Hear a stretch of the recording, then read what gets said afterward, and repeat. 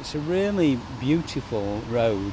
There are very few ways of entering Huddersfield that are as nice as this.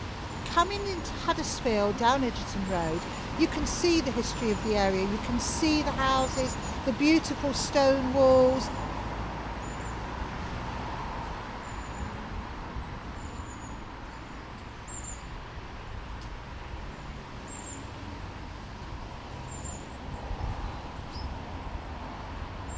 I think it's worth thinking again and re-evaluating the whole scheme.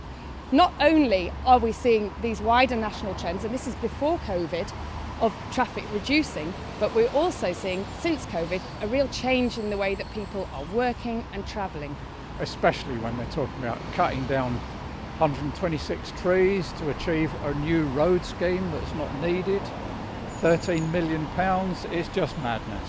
I've been living here for over 6 years now, and I never come across traffic jam. But if the road line is widened and if the trees fall back, I think we are going to lose something about the character of the place. And for what? The gains in travel time were absolutely negligible.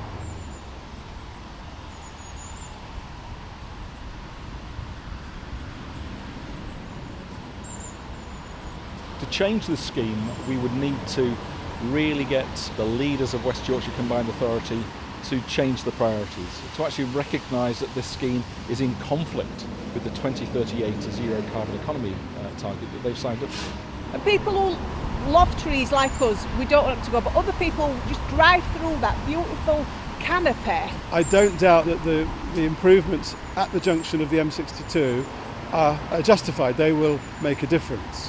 What I'm bothered about is that we're not looking at this in a holistic way.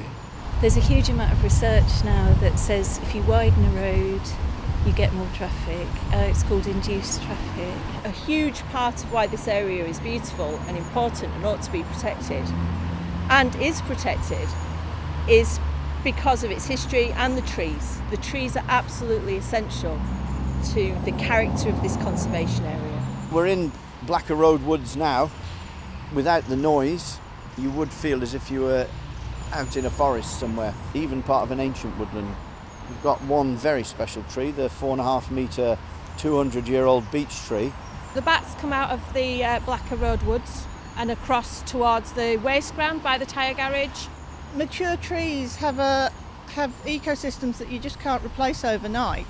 We're taking trees out that are the most wonderful filters to keep our air clean, and we're enhancing traffic, which will produce more airborne pollutants, which will hurt the health of our children. They haven't sufficiently weighed the whittling down of the very key values of the conservation area at this particular point.